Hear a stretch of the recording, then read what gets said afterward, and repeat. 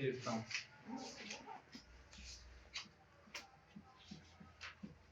Fill in the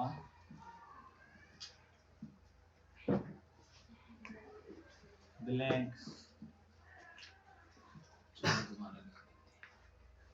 Fill in the अब इसका मतलब क्या है?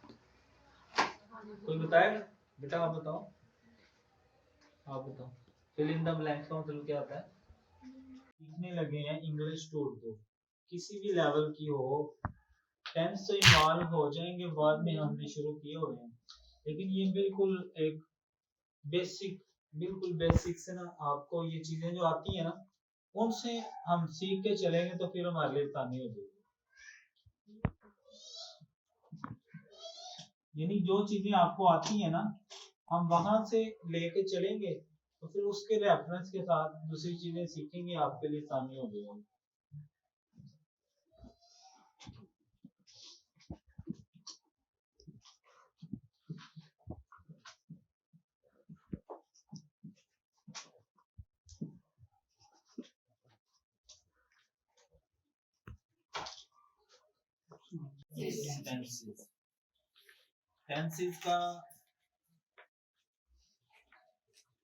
टेंसेस जो होते हैं ना, वो असल में जमाने को कहते हैं कि जमाना आ जाए ना, जब मतलब आमतौर पर जब हम कोई एक्शन वाला काम करेंगे ना,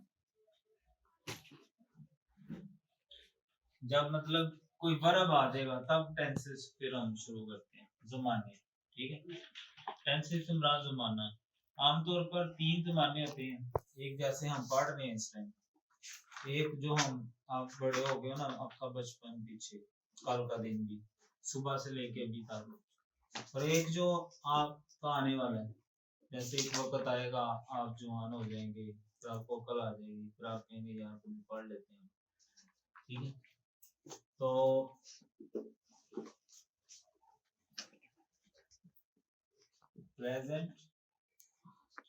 प्रेजेंट होता है मौजूदा, ठीक है, और पास्ट होता है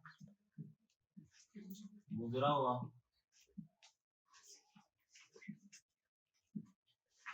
जो गुजर गया। ठीक है, और तीसरा होता है फ्यूचर, जो भी आना है। ठीक है,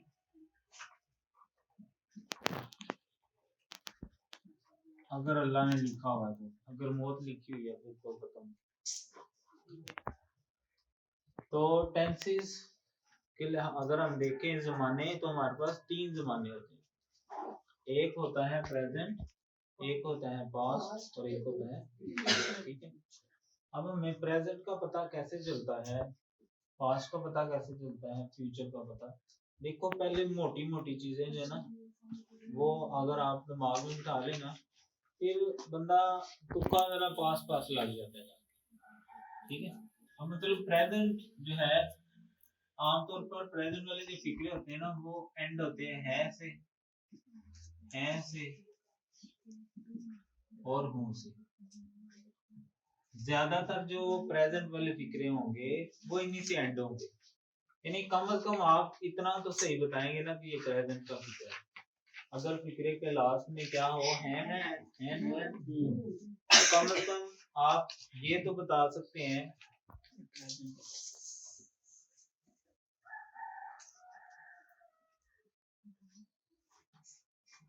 फिक्रे के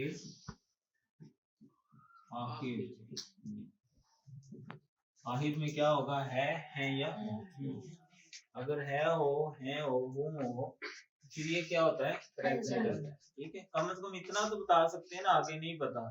अगर बिल्कुल ही दिमाग में वो तूड़ी भरी हुई है, तो फिर इतना तो बता सकते हो कि नहीं कि ये प्रेजेंट है।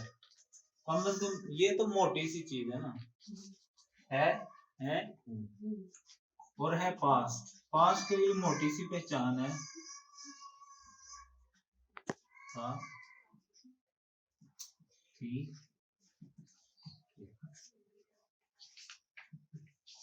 अब पास्ट के लिए मोटी सी पहचान क्या है, फिक्रे के आखिर में क्या होता है, ठीक है, ये देखो मोटी मोटी चीजें हैं। और आने वाले में क्या होता है,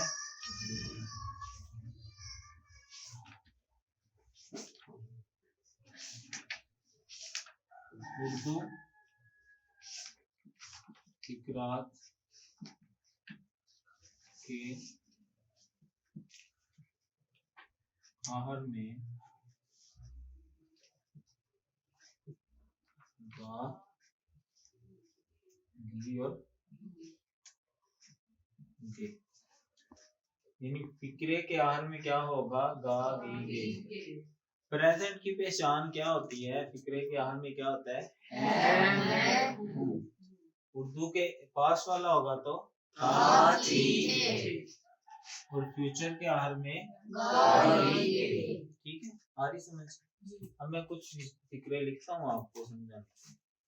अब मतलब मैं कहता हूँ वो आता है।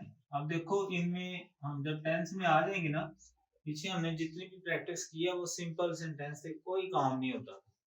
अब वो आता है मतलब वो कोई काम कर रहा है, चल के आ रहा है, चलना भी क्या होता है, काम होता है। अब वो आता है, ये टेंस अब शुरू हो चुके। अब तो ये कौन सा टेंस है, कैसे पता चला, टेंस, ठीक है।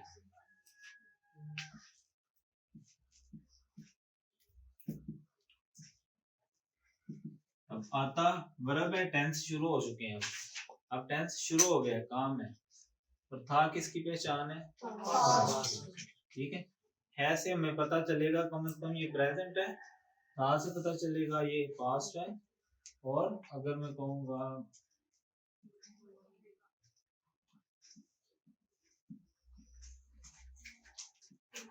वो आता होगा, ये क्या आ गया, गा।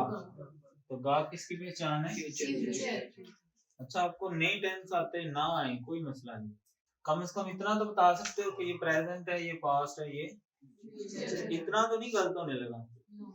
देखो हम पता क्या कहते हैं, हम कहते हैं पूरी देगी हम खा लेंगे दफा, कैसे खाओगे, नहीं खाई जाती।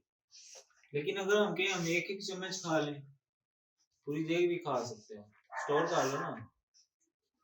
तो ऐसे ही आपको कोई जरूरत नहीं कि आपको टेंस आ जाए, आप पहले सबसे पहले ये पता करो कि ये प्रेजेंट है, ये पास्ट है, ये देखो ना, एक चम्मच तो हजम करो ना, आगे आपको नहीं समझ आती ना आए, एक दिन में एक चीज सीख लो, अगले दिन फिर आप सिर्फ एक चीज पे इसको पकड़ो कि ये कौन सा टेंस है, क्या पहचान है, कैसे होगा। देखो जब हम कोई चीज बार बार करते हैं, हम वो हमने उर्दू को इंग्लिश सीखनी है हर लेवल की, किसी भी लेवल की, अगर आप इसको अच्छे से समझ लोगे इंशाल्लाह आपका मसला हल हो जाएगा। इसको हम बिल्कुल बेसिक से शुरू करेंगे, जो चीजें आपको आती हैं, ताकि फिर जब हम मुश्किल करेंगे ना तो आप इसको रिलेट कर सकोगे कि ये अच्छा ऐसे करते हैं। मतलब आंसर द फॉलोइंग क्वेश्चंस, ये आप 1 2 3 से शुरू हो चुके हो ये फिक्रा पढ़ना, पता नहीं इसको आपने कभी गौर से देखा है कि नहीं, लेकिन आपको पता चल जाता है कि नीचे जो सवाल है ना उनको कुछ करना है। तो क्या मतलब होता है इसका,